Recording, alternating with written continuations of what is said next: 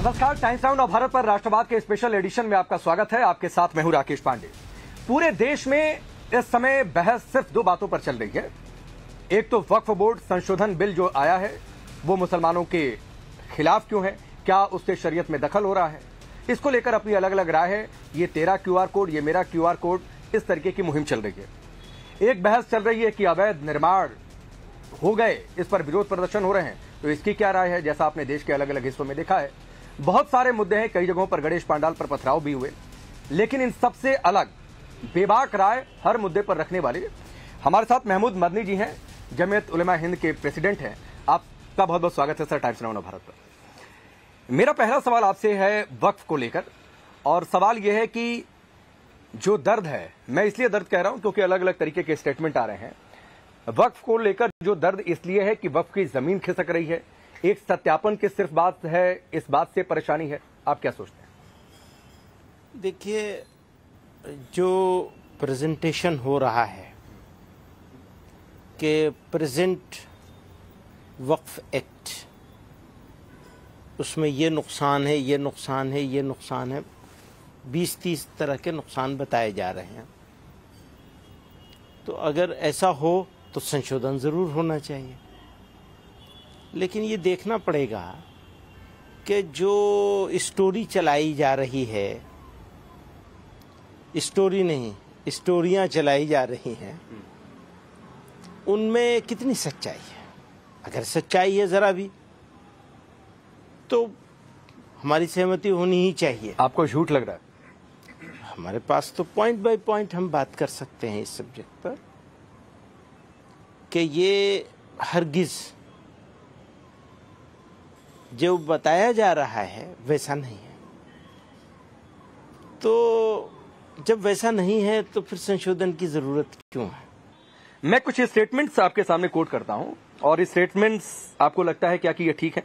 अख्तरुल ईमान हैं, MIM के बिहार के प्रेसिडेंट हैं, वो कहते हैं मुसलमान अपने सिर धड़ की बाजी लगा देगा। सरवर चिश्ती कह रहे हैं क्यों सो रहे हो मियां, सड़क पर आना पड़ेगा। तौकीर रजा कह रहे हैं जमीनों का नहीं हमारे वजूद का मसला है। कल्बे जवाद कह रहे हैं हमसे टकराएंगे तो तबाह हो जाएंगे। सैफुल्ला रहमानी कह रहे हैं पूरे देश में आंदोलन करेंगे। साजिद रशीदी कह रहे हैं मुसलमानों से अपील, विरोध में उतरो। बात सिर्फ स्टेटमेंट की नहीं है, आप उनको सुनिए तो ऐसा लगता है कि वो मुसलमानों को भड़काने की कोशिश कर रहे हैं। इसमें 2-3 बातें हैं। एक तो ये कि बहुत ही सीरियस मसला है, और इसको बाजार में उस तरह से ना ही हम मेरी तरफ से, ना आपकी तरफ से, ना किसी और की तरफ से भड़काऊ अंदाज में या लड़ाई वाले अंदाज में चीज़ों को नहीं ले जाया जाना चाहिए। लेकिन इसी के साथ बहुत ही दुख के साथ ये कहना पड़ता है कि सिचुएशन सिर्फ औकाफ के मामले को लेकर नहीं, बल्कि मुसलमानों के सारे इश्यूज़ को लेकर, उनके बिजनेस को लेकर, उनके वजूद को लेकर, उनके चलने फिरने को लेकर, उनके खाने पीने, उनके ज़िंदगी गुजारने के तरीक़ों को लेकर, उनकी एजुकेशन को लेकर पिछले कुछ सालों में जिस तरह का इन्वायरमेंट बनाया गया है, और वो इन्वायरमेंट भी इस तरह बनाया गया कि कहीं ना कहीं सरकारी सरपरस्ती महसूस होती है इस तरह का इन्वायरमेंट क्रिएट करने में, तो लोग बहुत उलझन में हैं। आपको लगता है मोदी सरकार मुसलमानों के खिलाफ है? मैं ये नहीं कहूँगा कि सरकार मुसलमानों के खिलाफ है, लेकिन सरकार में बैठे हुए कुछ लोग ज़रूर ऐसे हैं जो अपने बयानों से, अपने आचरण से, अपने स्टेटमेंट्स से मुसलमानों को कोने में खड़ा करने की कोशिश नहीं कर रहे हैं सिर्फ, बल्कि कामयाब कोशिश कर दी है उन्होंने। अब इस कोशिश को नाकाम बनाना सरकार ही की जिम्मेदारी थी, है, और सरकार उसमें कामयाब नहीं नजर आ रही। आप क्यों चाहते हैं कि वक्फ में किसी तरीके का कंट्रोल ना रहे? आप क्यों ये चाहते हैं कि सत्यापन जैसी व्यवस्था ना रहे? आप क्यों ये चाहते हैं कि मुसलमान या इस्लाम धर्म में ऐसी व्यवस्था हो जो किसी भी धर्म में नहीं है? क्या वक्फ जैसी व्यवस्था किसी दूसरे धर्म में? कह रहा हूं कि ये तीनों चारों बातें जो आपने कही हैं, वो रियलिटी के खिलाफ हैं। ख़ास तौर पर आप वक्फ के ऊपर हर सवाल का जवाब मुझसे ले लीजिए, मैं इसके लिए तैयार हूँ। तो सर आप बताइए, वक्फ जैसी व्यवस्था, मसलन आप कहते हैं कि वक्फ के पास जितनी प्रॉपर्टीज़ हैं उतनी प्रॉपर्टीज़ किसी और के पास नहीं है। तीसरी बड़ी प्रॉपर्टी, यही मैं कह रहा हूँ, तीसरी सबसे बड़ी। तो 6,48,000 या 84,000 कुछ है एकड़ पूरे मुल्क में। इतनी तो सिर्फ 2 मंदिरों के पास आंध्रा और तमिलनाडु में है, सिर्फ 2 स्टेट में, बाकी तो गिना ही नहीं किया। एक और मजे की बात है कि वक्फ बोर्ड बनाता कौन है? दिल्ली की जामा मस्जिद से नहीं बनता, या जमीयत उलमा हिंद के ऑफिस से नहीं बनता। हम तो एक मेंबर नहीं बना सकते। सेंट्रल गवर्नमेंट बनाती है या स्टेट गवर्नमेंट बनाती है, जितने भी औकाफ का होता है। हमारी डिमांड तो बहुत पुरानी है कि एसजीपीसी की तरह से इसमें इलेक्टोरल सिस्टम होना चाहिए और खुद मुसलमान बनाए। ये दान में दी हुई ज़मीनें हैं। इंडिया के रहने वाले हिंदी लोगों का आचरण है, हर धर्म के लोगों का ये एक आचरण है। सर आप दान की जो बात कर रहे हैं, हाँ। एक इसमें ओवैसी ने इस पर बहुत कुछ बोला है कि यूजर बाय यूजर वाले क्लॉज को खत्म करने की बात है। अच्छा, आपके पास कागज मुझे नहीं है। ये बताइए, बिल्कुल मैं मुकाबला नहीं करना चाहता हिंदू मंदिरों के मामले से, लेकिन वक्फ बाय यूजर को की बात खत्म कर दें, सारे धर्मों का खत्म कर दें, तो पता चलेगा आपको कि एक मंदिर 2000 साल से है, उसका पेपर कहाँ से लाओगे? नहीं मिलेगा आपको। लेकिन उसको वक्फ बाय यूजर ही नाम उसका कुछ भी हो, सर आपने यूजर में ही उसको आपने ठीक बात कही। बिहार का एक गांव है, पूरे गांव पर वक्फ बोर्ड ने दावा ठोक दिया। ठीक बात है। एक साउथ का केस, साउथ का, वो दोनों केस हमारे मुझे मालूम है, बहुत मर्तबा में उसका जवाब दे चुका हूं। 1500 साल पुराना मस्जिद और उसे वक्फ बोर्ड कह दे कि मंदिर जो है, मैं उसी को कह रहा हूँ। मेरा कहना यह है कि ये आधा परोसा जा रहा है लोगों को। और आपको वो दावा ठीक लगता है? आपको वो दावा ठीक लगता है बिहार के गांव का? एक बात, वही तो मैं कह रहा हूँ, दावा कोई भी करे, दावे को सिद्ध करने का जो प्रोसेस है, उस प्रोसेस में वो अगर झूठा दावा है वो कभी भी सिद्ध नहीं कर लेकिन इसमें जिम्मेदारी तो जिस शख्स की जमीन है उसकी ज्यादा बन जाती है ना। वक्फ बोर्ड को कहाँ सिद्ध करना होता है? ना अगर मान लीजिए कल को वक्फ बोर्ड कह दे कि मेरी, ऐसा नहीं है, ये भी गलत ख्याल है। ये इसका भी जवाब है हमारे पास, और ये एक्ट ही के तहत है, उसी एक्ट के तहत है। ऐसा बिल्कुल नहीं हो सकता कि वक्फ बोर्ड आके यहाँ मेरे घर को कह देगा, या मेरी मस्जिद को कह देगा, या मेरे घर को ऑफिस को कह देगा कि जनाब ये तो वक्फ बोर्ड का है तो ले लेगा, या मंदिर को। मंदिर तो बहुत बड़ी चीज होती है। नहीं ले नहीं लेगा, लेकिन क्या है कि अगर मान लीजिए वक्फ ने मेरे जमीन घर को कह दिया कि दावा है, तो मुझे साबित करना पड़ेगा कि ये है। वो प्रोसेस चलेगा भाई, उस प्रोसेस के बगैर कैसे हो जाएगा? उस प्रोसेस में वक्फ बोर्ड को भी साबित करना पड़ेगा, उन्हें भी साबित करना पड़ेगा। जो मंदिरों के लिए जो कवानीन बने हुए हैं, उसके लिहाज से वो वक्फ बाय यूजर इतने सालों से मौजूद है, वो साबित करना होगा उन्हें, और इन्हें भी साबित करना होगा कि ये कैसे इसे वक्फ कह रहे हैं। तो अगर ये मामला कोर्ट में ही अगर सीधे चला जा रहा है, अगर मान लीजिए, तो इससे क्या दिक्कत है? क्योंकि दूसरी ओर से ये बात बार बार कही जा रही है कि ऐसी ट्रिब्यूनल तो कहीं और व्यवस्था है नहीं, किसी और दूसरे धर्मों में ऐसे ट्रिब्यूनल। वो ट्रिब्यूनल भी तो आप, यही तो मैं आपको समझाने की कोशिश कर रहा हूं कि वो डिस्ट्रिक्ट जज होता है। किसी डिस्ट्रिक्ट का, तमिलनाडु का, वो जिस गांव की आप बात बता रहे हैं, वहां के जिले का कौन सा डिस्ट्रिक्ट होगा, उस डिस्ट्रिक्ट का जज, डिस्ट्रिक्ट जज कौन होगा? वही होगा वक्फ ट्रिब्यूनल।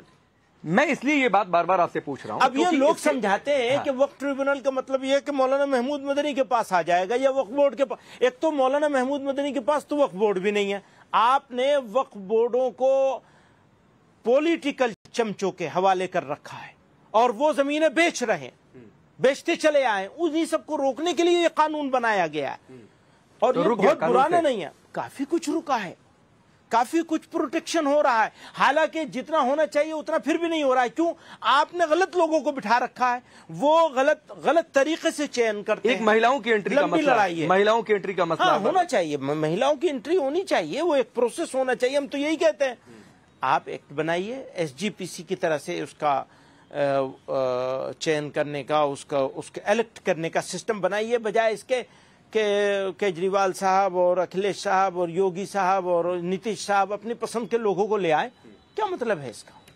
बड़ी संख्या में मुसलमान इससे पीड़ित हैं। जयपुर में एक खानदान है, नग्गा मियां मस्जिद, शायद आप जानते होंगे, वहां से मुस्लिम परिवार को ही हटा दिया। वो 200 साल से रह रहे हैं, उनको वहां के हजरत साहब ने दिया हुआ था। इसी तरीके से कई सारे ऐसे उदाहरण कई जगहों से हमने रिपोर्ट्स कराई हैं जहां पर मुसलमान पीड़ित हैं। ये मुसलमान कैसे पीड़ित होगा? हटा दिया उनके परिवार को। जयपुर की रिपोर्ट है सर। वो गलत कर रहे होंगे तो हटाया गया होगा। और ये भी नहीं, हो वो सकता 200 है। साल से रह रहे हैं वहां पर। अरे 200 साल से रह रहे हैं, लेकिन वक्फ की जमीन पे क्यों रह रहे हैं? क्यों रहेंगे वक्फ की जमीन पे? वो तो उसी काम के लिए होनी चाहिए, वो गरीबों के लिए, किसी एक परिवार के लिए नहीं है। तो वक्फ की जमीन पर दुकानें बन जाती हैं, वो ठीक है? हाँ, दुकान बने और उसका किराया आए, उसको मार्केट रेट पे किराया पे चलाया जाए और उससे गरीब लोगों की मदद हो। यही तो मैं कह रहा हूँ कि पूरी तरह अभी भी यूज नहीं हो रहा है। इसको और अच्छा किया जाना चाहिए, बजाय इसके और खराब कर मतलब आप ये मानने को तैयार नहीं है कि मुसलमान पीड़ित हैं वक्फ बोर्ड की? आप ये बात आप कह करके मुझे भी उसी जगह खड़ा कर रहे हैं जहां और दूसरे 4-5 नाम आपने लिए। आप ये मत कहिए। मैं ये कहना चाहता हूं, जो रीजनेबल चीज हो वो जरूर आनी चाहिए, लेकिन ये कानून अनरीजनेबल तरीके से और गलत बुनियादों पे लाया जा रहा है। पहले वो बुनियादों को ठीक कीजिए। ठीक है, मैं एक सवाल और कह रहा हूं, क्योंकि एक मौलाना की बार बार चर्चा होती है, मैं पूछ ही लेता हूं। कई सारे का मैंने नाम ले लिया। मौलाना तौकीर रजा, वो कह रहे हैं मुसलमानों सड़क पर आ जाओ। वक्फ को लेकर उनसे सवाल पूछा गया, कह रहे हैं आरएसएस आतंकी संगठन है, वही सब करवा रहा। क्या कहेंगे? तो आपको उनसे पूछना चाहिए ना, वो मौजूद हैं और उनके खिलाफ इतने सारे केसेस हैं, फला है, उनसे पूछिए कि भाई ऐसी बात उन्होंने क्यों कही है और क्या कही है, किस तरह कही है, किस कॉन्टेक्स्ट में कही है, कब कही है। ये सब चीजें सामने आनी चाहिए। आरएसएस के बारे में आपकी राय तौकीर रजा से मैच करती है या अलग है? देखिए, बहुत सारे डिफरेंसेस हैं हमारे आरएसएस के साथ, बहुत सारे डिफरेंसेस हैं, लेकिन मैं किसी की जबान, किसी के अल्फाज आप मेरे मुंह में क्यों डाल रहे हैं? मतलब आतंकी संगठन कहना गलत है? नहीं, आप मेरे मुंह में क्यों डालना चाहते हैं उनकी बात? नहीं, मैं तो उस पर राय पूछ रहा हूँ। या तो बता दीजिए सही है, या तो बता दीजिए गलत है। बहुत सारी असहमतियां हैं और बहुत सारी चीजों में सहमति भी मिल सकती है, ढूंढे जाएंगे, लेकिन हम लोग असहमतियां ढूंढते हैं, सहमति नहीं ढूंढते। एक और साहब हैं जो आजकल देश से बाहर हैं, जाकिर नाइक। उनके कई सारे वीडियो हर दूसरे दिन अपने सोशल मीडिया पर डाल रहे हैं वक्फ के नाम पर कि वजूद का मसला है, मुसलमानों जाग जाओ। जैसे पूरे मुसलमानों को जगाने का ठेका उन्होंने ले रखा है। आप लोग इसके काबिल नहीं है। वो तो हर आदमी के अपने अपने तरीके होते हैं, अपनी मर्जी होती है। अब किसी के बारे में क्या तबसरा? नहीं तो जाकिर नाइक को आप भड़काऊ मानते हैं? हम किसी के बारे में क्यों तबसरा करेंगे? एक इंडिविजुअल के बारे में आप मुझसे क्यों? नहीं सर, वो पूरे मुसलमान कौम को लेकर वो बोल रहे हैं कि बोलने को तो कोई भी बोल सकता है ना। सारे हिंदुओं को लेकर कितने सारे लोग बोलते हैं, सारी बातें बोलते ही है ना। तो फिर उधर से भी नारे लगते हैं, दोनों ओर से लगते हैं। मैं दोनों ओर के बारे में मैं क्या कहूँ? आप अभी जाकिर नाइक साहब के बारे में कह रहे हैं, मैं और दूसरों के बारे में। जाकिर नाइक भड़काऊ है कि नहीं? देश के लिए खतरनाक है? मेरा यही तो कहना है कि आप इंडिविजुअल के बारे में क्यों पूछ रहे हैं? इश्यूज के बारे में पूछिए मुझसे। अच्छा, आपने एक कानून बनाने की मांग रखी है, इस्लामोफोबिया। आप कह रहे हैं कि इस पर एक कानून बन जाना चाहिए, तो आप ये टर्म ही क्यों लेकर आ रहे हैं? आपको लगता है कि इस देश में इस्लामोफोबिया जैसी चीज है? मैं ये कह रहा हूं कि हेट क्राइम, हेट स्पीचेस, इसके खिलाफ कानून आना चाहिए। इसमें क्या बुराई है? मैं हेट के बारे में बात कर रहा हूं। नहीं, हेट के बारे में आप बात करें, ठीक है, बस। लेकिन आप कहें कि इस्लामोफोबिया पर कानून आना चाहिए। भाई, मैं तो हेट क्राइम के बारे में बात कर रहा हूं। जो इस्लामोफोबिया पर नहीं आना चाहिए। भाई, इस्लामोफोबिया भी इसमें आज की तारीख में सबसे ज्यादा इंसिडेंट, सबसे ज्यादा इश्यूज इस्लामोफोबिक है। आपको लगता है कि देश में, हिंदुस्तान में इस्लामोफोबिया है? इस्लामोफोबिक कुछ एक बहुत बड़ा षड्यंत्र करके अलग अलग तरीकों से इस देश की जनता को इस्लामोफोबिक बनाने की कोशिश की जा रही है और लगातार इंसिडेंट्स हो रहे हैं। नहीं सर, इस्लामोफोबिया है और इस्लामोफोबिक बनाने की कोशिश की जा रही है, दोनों अलग अलग बातें। इस्लामोफोबिया अलग कैसे होगा?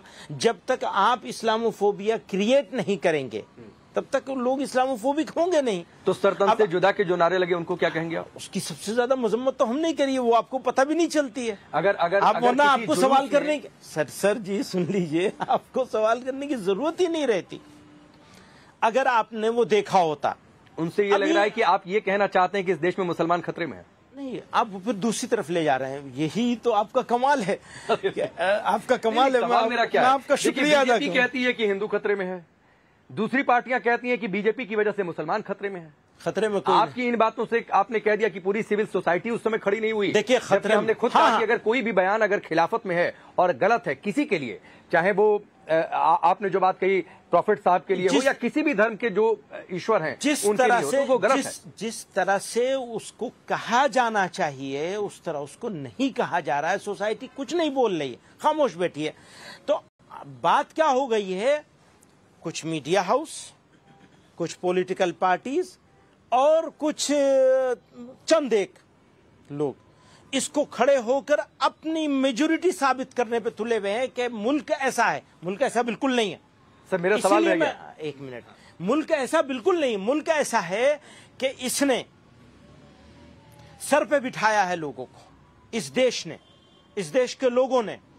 और मैं हमेशा ये बात कहा करता हूं, जब भी कहीं बाहर से आता हूं, मुझे वहां के फूलों में वो खुशबू नहीं मिलती जो इस मिट्टी में मिलती है। और ये क्यों कहता हूं, ऐसा नहीं है कि मैंने इत्तेफाक से कह दी है ये बात। आज भी मैं इस बात को कहना चाहता हूं, मेरा यकीन है इंडियन मुस्लिम्स के लिए इंडिया से अच्छी जगह नहीं है।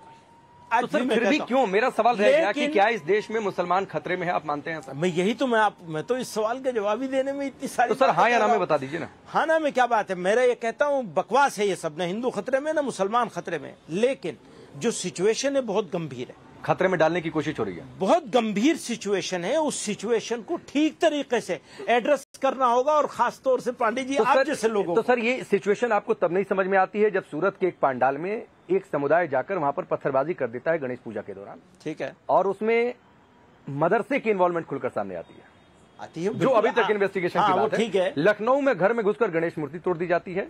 मांड्या में आप जाकर देख लीजिए जो तस्वीरें वहां पर सामने आई, उससे हिंदू खतरे में आ गया है। नहीं, मैं ये बिल्कुल नहीं कह रहा हूं। आप ये चाहते, मैंने ये बिल्कुल नहीं कहा सर। तो उनको किसने प्रोवोक किया सर? आप ये समझ रहे हैं कि हम लोग उसका विरोध नहीं कर रहे हैं। नहीं, मैं आपकी राय, क्योंकि आपको इस देश के आपके कौम की एक बहुत बड़ी आबादी आपको फॉलो करती है सर। राय लेने के लिए सवाल दूसरी तरह से होगा, फिर वो इस तरह सवाल नहीं होगा जिस तरह आप सवाल कर रहे हैं। ये सवाल तो आपका, अगर मैं इस पर जरा भी राय दूं तो इसका मतलब ये होगा कि मैंने ये मान लिया कि सारा काम मुसलमान ही कर रहा है। तो ये वो मेरी राय लेनी है, वो दूसरी तरह आप सवाल करेंगे, और मेरे ऊपर, मेरे सर पे रख देना है तो सवाल इसी तरह होगा जैसा आप कर रहे हैं सर। तो इस तरह नहीं बल्कि उस तरह बात होगी कि जैसे, देखिए देश हम सबका है, हम सबको मिलके इसको करना है। अब मैं बहुत दो टूक बात कहना चाहता हूं, और हमेशा कही ये बात, इसमें लगी लिपटी रखने वाली कोई बात नहीं। अगर कोई मुसलमान किसी इबादतगाह पर, किसी इबादत की जगह पर, किसी इबादत के मौके पर, या किसी इंडिविजुअल पर, या किसी के घर में, या किसी के चलते रास्ते में कोई अपमान करे, बेइज्जती करे, बदतमीजी करे, वो इस काबिल है कि दूसरों को जितनी सजा मिलती है उसकी दुगनी सजा हो सकती है। सर लेकिन मैं आप कहेंगे कि मेरे सवाल पूछने का तरीका गलत है। जब कार्रवाई हुई सूरत के मामले में, जब कार्रवाई हुई लखनऊ के मामले में, घर में ताले बंद करके छिपे हुए थे, निकाला गया, लोग कह रहे हैं पुलिस ने क्या कर दिया। ये कोई तरीका है क्या? कहा, किसने कहा? बहुत सारे लोगों ने कहा। ना मेरे डिबेट शो में बहुत सारे लोग। अब वो तो आपके डिबेट शो में किस तरह के लोग आते हैं मुझे नहीं मालूम, किसने क्या कहा है ये तो आप ही। अच्छा, वक्त पर जो चर्चा चल रही थी उसमें एक बात रह गई, क्योंकि एक अलग तरीके का माहौल, तस्वीरें कभी हिमाचल से आ रही हैं, कभी अलग अलग उत्तराखंड से तस्वीरें सामने आ रही हैं। मस्जिद अवैध बनी थी, वक्त कह रहा है कि नहीं सही है। इस पर आप क्या कहना चाहेंगे? देखिए, ये तो अब हर जगह बहुत सारी इबादत गाहों को लेकर बहुत सारे मसले चल रहे हैं, तो ये मैटर ज्यादातर सबजुडिस है। तो जो सबजुडिस मैटर हो उसके बारे में मुझे नहीं लगता कि मुझे कुछ ज्यादा बात करनी चाहिए। लेकिन आपने सबजुडिस की बात कही, एक और मामला सबजुडिस है, लेकिन मैं चाहूंगा कि आप उस पर राय दें, क्योंकि उस पर स्टेटमेंट आया है, और स्टेटमेंट है मुख्यमंत्री योगी आदित्यनाथ का, और वो बयान आज का ताजा बयान है ज्ञानवापी पर, कि ज्ञानवापी को मस्जिद कहना गलत है, ज्ञानवापी तो साक्षात विश्वनाथ है। देखिए, ये उनकी अपनी एक राय है, अब किसी की अपनी राय है तो वो राय देगा, तो उसके ऊपर मैं क्या तफसील। आपकी राय क्या है? मैं यही कह रहा हूं कि मैटर सब जुडिस है, और लोकल कमेटी उसकी लड़ाई लड़ रही है, वो राय देंगे इसके बारे में। पहले भी सब जगह कहता रहा हूं, ये दोनों मामले, मथुरा वाला भी, काशी वाला मामला भी, इसमें नेशनल लीडरशिप को और दूसरी जगह बैठे हुए लोगों को दखल नहीं देना चाहिए। वो लोकल कमेटियों को देखना चाहिए उसे। ठीक है, कई सारे यूपी से चूंकि बातचीत उठी है तो हलाल प्रोडक्ट को लेकर बहुत सारी बातें हुई हाल फिलहाल में, कई चीजों को बैन भी किया गया।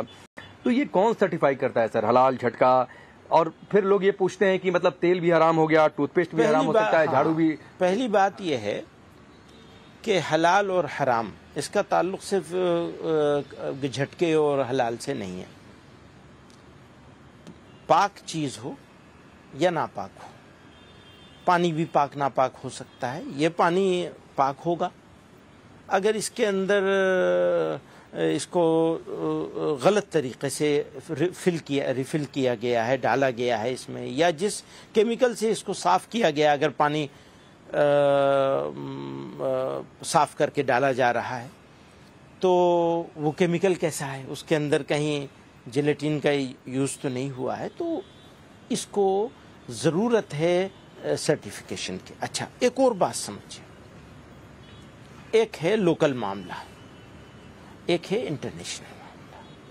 इंटरनेशनल मामले में जो इंपोर्टिंग कंट्रीज़ हैं उनकी डिमांड होती है, उस डिमांड पर ये सर्टिफिकेशन का प्रोसेस गवर्नमेंट ऑफ इंडिया के इंटरवेंशन से स्टार्ट किया गया है। हम आज भी कहते हैं साहब बिजनेस बना रखा है इन्होंने, वो तो भैया कल के बंद करते हैं, आज बंद करवाओ, तो हम तो तैयार हैं, बोलो। तो हमें इसमें हम नंबर एक, कोई गलत काम नहीं कोई कर रहा है, अगर कोई कर रहा है तो उसको सजा मिलेगी। अब तो STF वाले सब उसको देख रहे हैं, मैं भी उसमें 2 मरतबा जा चुका हूं वहां पे, और मैं उनको भी कह के आया हूं, आपसे भी कह रहा हूं, आपके माध्यम से सब लोगों तक के पहुंचाना चाहता हूं कि कल का बंद करते, आज बंद कर देंगे।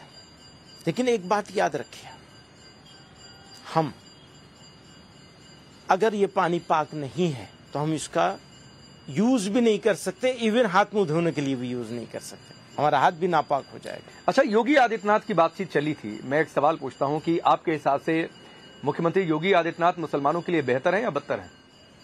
देखिए, सिर्फ मुसलमान के पॉइंट ऑफ व्यू से आप क्यों देखते हैं किसी? क्योंकि सर यही नैरेटिव सेट किया जाता है कि वो भगवादारी हैं, वो मुसलमानों के खिलाफ हैं। आप नहीं बोलते हैं, कोई आपकी कौम से बहुत सारे नेता हैं जो लोग बोलते हैं। बिल्कुल कहता हूं, कोई किसी भगवादारी को भगवादारी होने की वजह से मुसलमानों का विरोधी माना जाए, ये गलत बात है।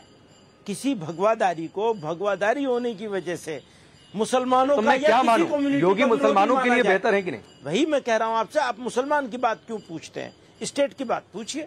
नहीं, दोनों बता दीजिए सर, स्टेट और मुसलमान दोनों बता दीजिए। मुसलमान की बात नहीं बताएंगे, आप राय नहीं जाहिर करना चाह रहे हैं? नहीं, मुसलमान के पॉइंट ऑफ व्यू से क्यों पूछ रहे हैं आप, एक विशेष कम्युनिटी की तरफ क्यों ले जा रहे हैं? क्योंकि यही पोर्ट्रे किया जाता है कि योगी जो है मुसलमानों के खिलाफ है। बहुत सारे ये आप नहीं बोलते होंगे, अखिलेश यादव बार बार बोल देते हैं। बहुत सारे भाई, वो एक पॉलिटिकल पार्टी के हेड हैं, उनको ये सूट करता है, उनको वो सूट करता है, दोनों को एक दूसरे का सूट करता है, वो करते हैं। तो मुझे बताइए ना, मैं चैनल पर क्या चलाऊं ब्रेकिंग में, कि मदनी साहब ने क्या कहा, योगी आदित्यनाथ मुसलमानों के लिए बेहतर है या बदतर है? देखिए, मैं बदतर तो कभी नहीं कह सकता, कुछ काम अच्छे होंगे, कुछ काम गलत होंगे, तो किसी को बदतर कैसे कहा जा सकता है? चलिए, एंटी मुस्लिम है या प्रो मुस्लिम है? मैं इसको थोड़ा सा रिफाइन कर देता हूं। नहीं, वो स्टेट के हेड हैं, मैं उन्हें एंटी मुस्लिम क्यों कहूंगा और क्यों मानूंगा? ना मानूंगा ना कहूंगा, अगर मानूंगा तो जरूर कहूंगा। मतलब आप नहीं मानते हैं? नहीं, मैं किसी भी हेड को, जो स्टेट को हेड कर रहा हो या कंट्री को हेड कर रहा हो, आप मोदी जी के बारे में पूछेंगे फिर तो मैं क्या कहूंगा? मैं पूछूंगा, लेकिन आखिर में मैं कह रहा हूं, मैं नहीं कहूंगा इस बात को। अच्छा, एक माहौल, चूंकि वक्फ की बात आ जाए या फिर सरकार कुछ भी नया लेकर आए, ट्रिपल तलाक बिल लेकर आई, या फिर असम की मैं चर्चा कर लूं जहां पर बहुविवाह को बंद करने की बातचीत सामने आई, वो एक एक्ट लेकर आ गए, तो तुरंत सड़क पर उतर जाते हैं। ये माहौल बना दिया जाता है कि इस देश में सब कुछ मुसलमानों के खिलाफ हो रहा है। हो ही रहा है, बहुत कुछ, सब कुछ नहीं लेकिन बहुत कुछ हो रहा है। जब हो रहा है तो कहा जाए बहुविवाह बंद करना मुसलमानों के खिलाफ हो गया। नहीं, बहुविवाह के ऊपर आप स्पेसिफिक अगर बात करना चाहते हैं तो वो अलग सब्जेक्ट है। हमारा ये कहना है कि आज़ादी के ज़माने में जब ये बात चल रही थी कि मुसलमान इस मुल्क में रहेगा या जाएगा, तो हमने इस देश को चूज किया था, यहीं रहे हैं, इसी गली की है खाक से यही खाक अपनी मिलाएंगे। किसी शायर ने उसी जमाने में कहा था। तो हमने इंडिया को चूज किया था और इंडिया के फाउंडर्स ने यह कमिटमेंट किया था हमारे साथ कि मजहबी मामलात में दखल नहीं दिया जाएगा। मैं बहुविवाह का पक्षधर नहीं हूं और मुसलमान भी इसको अपने आचरण में नहीं लाए हुए हैं। ये आप सर्वे से पता चल जाएगा आपको, उनके आचरण में नहीं है। मान लो अगर आचरण में होता है, एक बहुत बड़ी परसेंटेज इसमें मुब्तला होती और इससे सोशल डिसऑर्डर हो रहा होता, तो उसको जरूर किया जाना चाहिए था। कुछ ना कुछ चिंतन करना चाहिए था। तो फिर तो विरोधी नहीं होना चाहिए। हाँ, वही आपस में बैठते। नहीं, फिर तो बहुविवाह बंद हो जाए, इस पर विरोधी नहीं होना चाहिए। वही तो मैं कह रहा हूं, जब है नहीं कोई चीज अननेसेसरी, जबरदस्ती एक ऐसा काम किया जा रहा है जिसको उस जमाने की लीगी कहा करते थे। तुम यहाँ रह रहे हो, सुनिए, हाँ। तुम यहाँ रह रहे हो, तुम्हारे साथ ये होगा, ये होगा, ये होगा, ये होगा, ये होगा। आप उसको सच करने पे तुले हुए हैं कि जिन्ना ने जो कहा था वो सारा सही है। नहीं सर, तो लेकिन आपने कोने में खड़ा। नहीं साहब, आप दोनों तरीके की बातें कर रहे हैं। आप कह रहे हैं ऐसा होता भी नहीं है, फिर आप विरोध भी नहीं कर रहे हैं, आप समर्थन भी नहीं कर रहे हैं ना कि नहीं होता है। लेकिन एक इस्लामिक लॉ है, आप उसको क्यों तोड़ना चाहते हैं, क्यों खत्म करना? तो आप चाहते हैं शरीयत के हिसाब से देश चले? नो भाई, देश तो मुसलमान शरीयत के हिसाब से चल रहा है, वो चलेगा। देश के हिसाब से चलेगा, अपने संविधान से चलेगा, कानून से चलेगा, वो चल रहा है। उसमें प्रॉब्लम कहां से आ रही है, यही तो मेरा सवाल। अच्छा, एक चीज और है, चूंकि मैं उधर चला ही गया, एक और मसला है, मैं बहुत ज्यादा समय आपका नहीं लूंगा। एक और मसला है कि लड़कियों की विवाह की उम्र क्या होनी चाहिए। चूंकि असम की बातचीत आई तो वहां पर यह हुआ कि अब जो नाबालिग हैं उनका रजिस्ट्रेशन नहीं हो पाएगा। रजिस्ट्रेशन नाबालिग बच्चियों का निकाह बिल्कुल नहीं होना चाहिए। तो आप ये मानते हैं कि 18 के नीचे अगर कानून ये कहता है कि 18 की बात तो अलग है, 21 भी करने जा रहे हैं, शायद हो भी है, हिमाचल में हो गया। हाँ, तो वो ठीक है। वहां तो कांग्रेस की सरकार ने किया। तो मेरा कहना यह है कि नाबालिग बच्ची का निकाह बिल्कुल नहीं होना चाहिए। उम्र क्या होनी चाहिए? उम्र तो हमारे अभी हाई कोर्टों ने, कितने हाई कोर्ट ने, 3 हाई कोर्ट हैं गालिबन, मैं आपको भेज दूंगा। नहीं, मसला तो सुप्रीम कोर्ट में भी है। हाँ, उन्होंने फैसला कर दिया कि पुबर्टी के लिए एज नहीं है, बल्कि एक खास सिचुएशन है, लड़के के लिए भी लड़की के लिए भी। ये जो जुवेनाइल एक्ट है ना, मुझे उसके ऊपर भी एतराज है, बहुत सख्त एतराज है। मैं कहता हूं जुवेनाइल एक्ट जो है वो उम्र के हिसाब से नहीं होना चाहिए, पुबर्टी के हिसाब से होना चाहिए। तो आप ये नहीं एक्सेप्टेड। तो मदनी साहब, आप इतनी प्रोग्रेसिव सोच रखते हैं, हाँ? जमीयत को आप हेट कर रहे हैं और आप ये चाहते हैं कि अगर कोई लड़की अगर कोई लड़की जो है 15 साल की उम्र में भी अगर विवाह के लायक आपके हिसाब से हो जाए तो शादी निकाह हो जाने चाहिए। सर, मेरी सोच के को तो आप कभी प्रोग्रेसिव मान ही नहीं सकते। नहीं, मैं मान रहा। आप कई बार खुलकर बोल रहे हैं। मुझे आपको स्पेसिफिक सवाल पर कोने में ले नहीं तो सर देखिए, तो सर अच्छा चलिए मान लीजिए कि मैं नहीं मानता हूं, तो आप तो अपने को प्रोग्रेसिव मानते हैं ना? नहीं, मैं नहीं मानता। आप भी नहीं मानते? मैं आप इसलिए कि आपके सामने बैठा हूं, तो मेरे मानने से क्या होगा? आप जो मानेंगे वो चलेगा, मार्केट में वही बिकेगा जो दिखेगा, और वो आप दिखा वो रहे हैं। नहीं सर, मैं तो आपको दिखा रहा हूं। सर, मैं आपसे कहता हूं, ये बहस नहीं है कि 15 साल की है, बहस ये है कि पुबर्टी हो तो वो नहीं। तो सर ये बहस होती है ना। अच्छा, और मुख्तलिफ कोर्टों ने इसके ऊपर टिप्पणियां भी की हैं, लिखा भी है।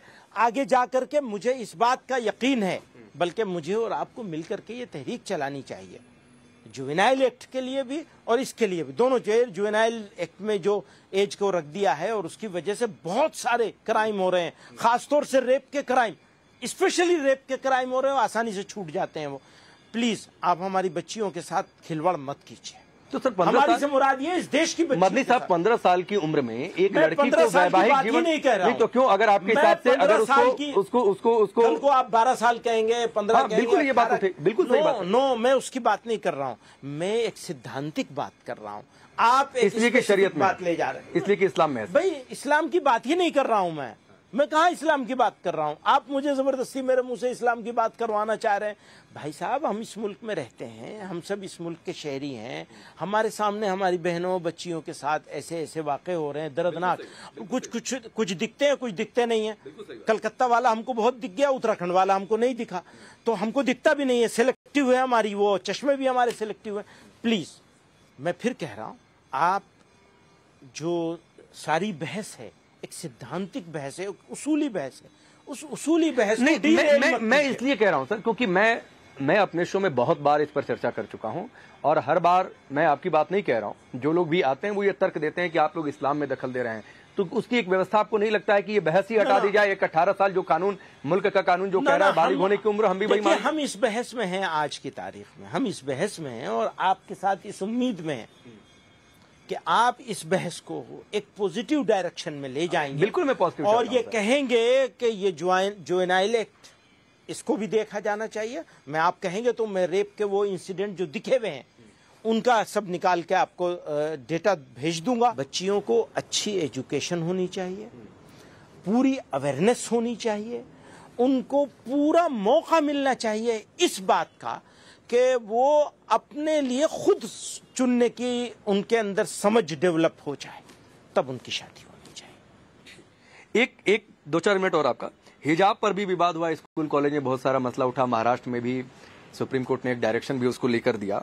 क्या आप मानते हैं कि ड्रेस कोड का पालन होना चाहिए या नहीं होना चाहिए? किसी एजुकेशनल इंस्टीट्यूट की मैं बात कर रहा हूं, सार्वजनिक जगहों पर नहीं। सार्वजनिक जगह पर तो ठीक है, जिसका जो नियम है वो पालन करें धर्म के हिसाब से।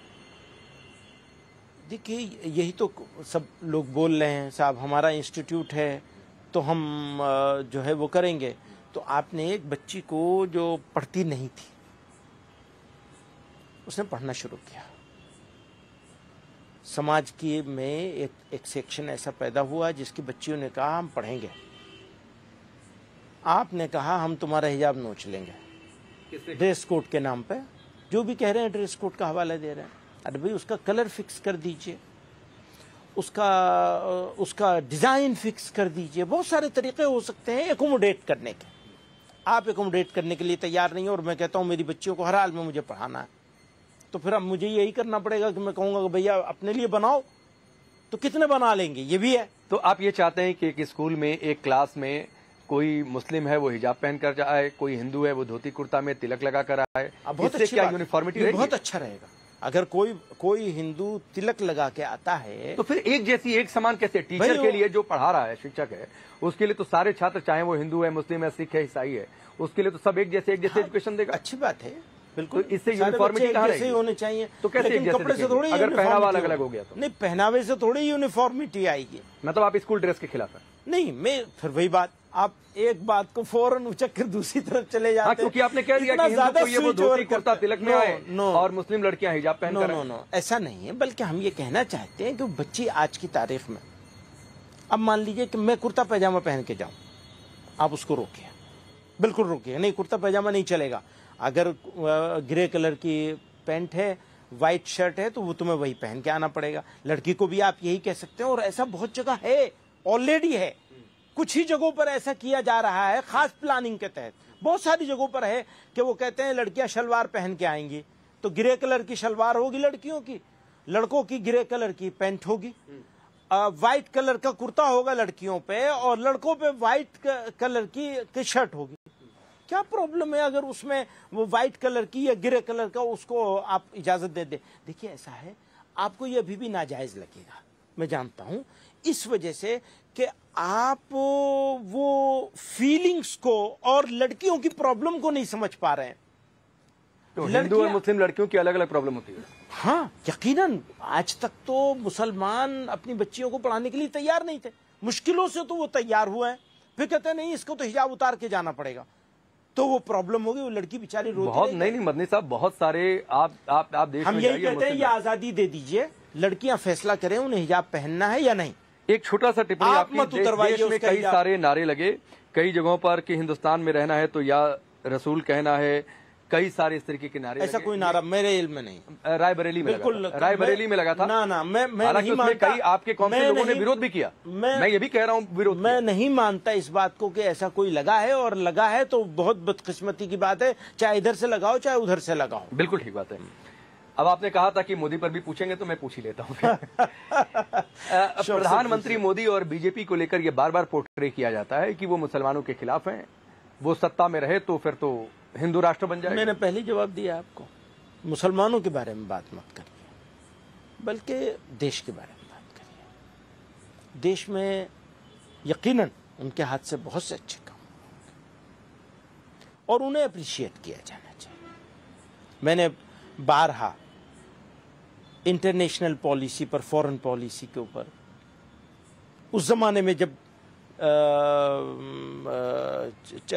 रशिया और इसको लेकर के उन्होंने जो कुछ काम किए थे, मैंने कहा था, पुरानी बात हो गई, 2 साल पुरानी, 2.5 साल, तब भी कहा था, आज भी कहता हूं, ये बहुत नाइंसाफी और अन्याय की बात होगी, अत्याचार होगा कि सारी चीजें गलत बता दी जाए। अब अगर मुझे उनका हिमायती बनना है, सपोर्टर बनना है, तो सारी चीजों को अच्छा कहना पड़ेगा, ये भी गलत है।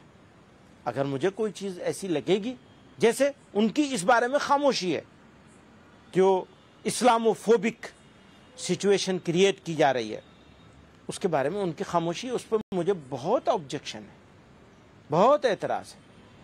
लेकिन उनकी बहुत सारी चीजें हैं जिसके ऊपर मैं तारीफ कर सकता हूं, बहुत सारी तारीफ। मैं योगी वाला सवाल इनके लिए भी पूछ लेता हूं कि मुसलमानों के लिए बेहतर है या मुसलमानों के खिलाफ है? अगर देश के लिए बेहतर है तो सबके लिए बेहतर है। तो देश के लिए बेहतर है या देश के खिलाफ है?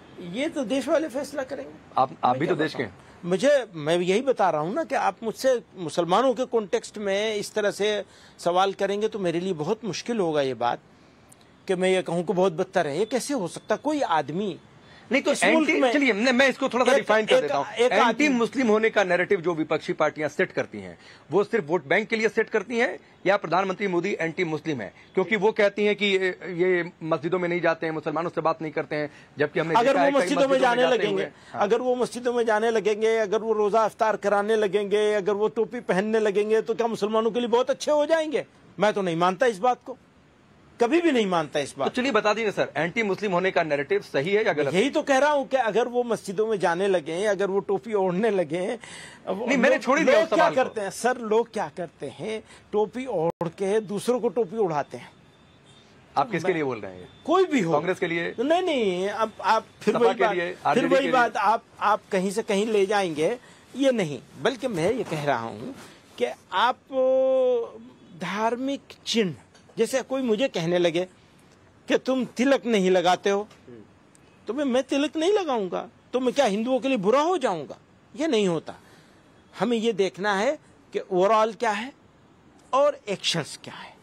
तो हमें इस तरह से आप अलामतों सेफ साइड ले रहे हैं कि ना मैं आलोचना करूंगा, ना मैं तारीफ करूंगा, अभी करी है, और ना मैं ये कहूंगा कि वो मुस्लिमों के लिए बेहतर है। अभी आलोचना करी है, अभी आलोचना करिए। आप इसको ब्रेकिंग न्यूज बनाना चाहते हैं कि मैं ये कह दूं कि वो बहुत बदतर है। नहीं, कैसी बात? आप अच्छा बोल दीजिए, हम वो चलाएंगे। नहीं, क्यों भाई, मैं अच्छा, या फिर बोल दीजिए कि एंटी मुस्लिम होने का नैरेटिव सेट नहीं है, अलग अलग सेलेक्टिव मामले में अलग अलग नहीं, आप ये इसको इस तरह नहीं, इस तरह कहेंगे कि हमारे सामने बहुत सारी चीजें ऐसी हैं जिनमें उनको एक्शन लेना चाहिए और उनका नजर नहीं आता है। अब जैसे मणिपुर की ही शिकायत है लोगों को, तो है, अब उसको क्या करेंगे? वहां तो कोई मुसलमान का इश्यू नहीं है। मुस्लिमों से क्या लेने देना है? वही कह रहा हूं कि उसका मुस्लिमों से कोई लेने देना नहीं है, तो वो उनकी कार्यशैली भी हो सकती है। इस देश में गाजा फिलिस्तीन का जो संघर्ष हुआ, इजराइल जो उधर गया, तो फिलिस्तीन का समर्थन करिए, ठीक है, वो इस देश की पॉलिसी में रहा है, उससे कोई गुरेज नहीं है। लेकिन ये कि उसको मुस्लिम से जोड़ देना, फिर वो बांग्लादेश वाले वहां पर हिंदू मारे गए, उन पर चुप हो जाना, आपको नहीं हुआ है? बहुत सारे लोग हैं सर। ना कोई चुप नहीं हुआ, सब लोगों ने उसकी मजम्मत की है। खुद बांग्लादेश के लोगों ने मजम्मत की है, इंडिया के लोगों ने भी मजम्मत की है। ये एक बात मैं बहुत क्लियर इस बारे में, बांग्लादेश के बारे में और पाकिस्तान के बारे में और अफगानिस्तान के बारे में, अगर ये मुस्लिम मेजोरिटी मुल्क हैं और अपने इस्लाम का दावा भी करते हैं, वहां का सिख, वहां का हिंदू, वहां का क्रिश्चियन अपने आप को मुसलमान से ज्यादा सेफ और बेटर पोजीशन में नहीं महसूस करे, तो फिर क्या इस्लाम है उनका? क्या इस्लाम है? क्या बहुत नॉनसेंस है वो इस्लाम। किसका, कैसे उसको इस्लाम माना जा सकता है? क्योंकि इस्लामी बुनियाद पर एक तो होता है इंटरनेशनल ट्रीटीज हैं, लोगों को माइनॉरिटीज को ये हक हैं उनको देने हैं माइनॉरिटीज के, ये सारी चीजें अलग हैं। बुनियादी बात यह है कि अगर कोई मुसलमान है और किसी वजह से उसको रूलिंग करने का मौका मिल गया किसी भी तरीके से, और रूलर है वहां का या वो फैसला करने वाला है, उसकी पहली जिम्मेदारी उसकी माइनॉरिटीज है, बाद में दूसरा काम है सारा। एक चलते चलते एक सवाल और आपसे, क्योंकि बहुत सारी वक्फ की बात हो गई, बहुविवाह पर हमने बातचीत कर ली, एज ऑफ मैरिज पर हमने बातचीत कर ली, क्या आपको लगता है, या सीए की बातचीत जो हमने नहीं की, ये लगता है कि ये धीरे धीरे यूसीसी की ओर है जिसका आप लोग विरोध करते हैं? हमने तो आसाम में बहुत डिमांड करी हमेशा। यूसीसी की नहीं, यूसीसी की बात, अच्छा यूनिफॉर्म UCC सिविल की कोड बात, की यूनिफॉर्म सिविल कोड की बात कर रहे हैं। मैं एनआरसी समझा, क्योंकि आप सीए के साथ मिला के बात कर रहे थे। नहीं, मैं नहीं करता हूं, ये नेता मिलाकर करते हैं। ये आपने बहुत अच्छी बात कह दी, नेता मिलाकर कहते हैं कि सीए का मतलब एनआरसी भी आ गया। तो यूसीसी की बात यही है हमारी, वही जो मैंने बीच में यूसीसी के ऊपर बात हो चुकी है हमारी आपके, कि हमने मुल्क में, मुल्क के निर्माताओं ने, बनाने वालों ने, फाउंडर्स ने एक कमिटमेंट किया था, एक तसल्ली दी थी, एक इत्मीनान दिलाया था। उसको खत्म क्यों करना चाहते हैं? नहीं सर, और लाइए कोई नहीं, आपने संविधान का जिक्र किया, संविधान में इस बात का भी जिक्र है कि यूसीसी लाया जाए, जिस तरह का वही मैं कह रहा हूं कि उसका एक ब्लूप्रिंट लाइए, उस पर डिबेट कराइए, देखेंगे, हो सकता है अच्छा हो, अच्छा होगा तो सपोर्ट भी करेंगे, क्या दिक्कत है? अभी से क्यों उसको अपोज करेंगे? नहीं, माहौल तो ऐसा ही बनता है। अभी से उसको क्यों अपोज करेंगे? लाए ना फिर। जैसे सीए का विरोध हुआ, उसके आधार पर जिस तरीके से आंदोलन इस देश में चले। ठीक है, अब वो लोगों का आंदोलन चलाने का भी तो अधिकार है ना, आप कैसे छीन लेंगे? वो तो हमारे डेमोक्रेसी ने, हमारे संविधान ने अधिकार दिया है। ठीक है, बहुत बहुत धन्यवाद मदनी साहब, आपने बहुत सारे मुद्दों पर बहुत बेबाकी से अपनी राय रखी है, और हालांकि कई सारे मसलों पर आप बहुत सेफ साइड, मसलन योगी, मोदी पर, वक्फ पर, आप बहुत जगहों पर सेफ साइड आप लेते हुए नजर आए। लेकिन मैं आपकी तारीफ करूंगा कि आपने हिंदुस्तान के सबसे पुराने मीडिया हाउस पर लाइव आकर और आपने राय रखी है, आप क्या सोचते हैं ये जनता के सामने है, और जनता तय करेगी कि आप किन मुद्दों पर बचते दिन नजर आए, किन मुद्दों पर आप कितने सही हैं, ये जनता तय करेगी। फिलहाल बहुत बहुत धन्यवाद हमसे बातचीत करने के लिए।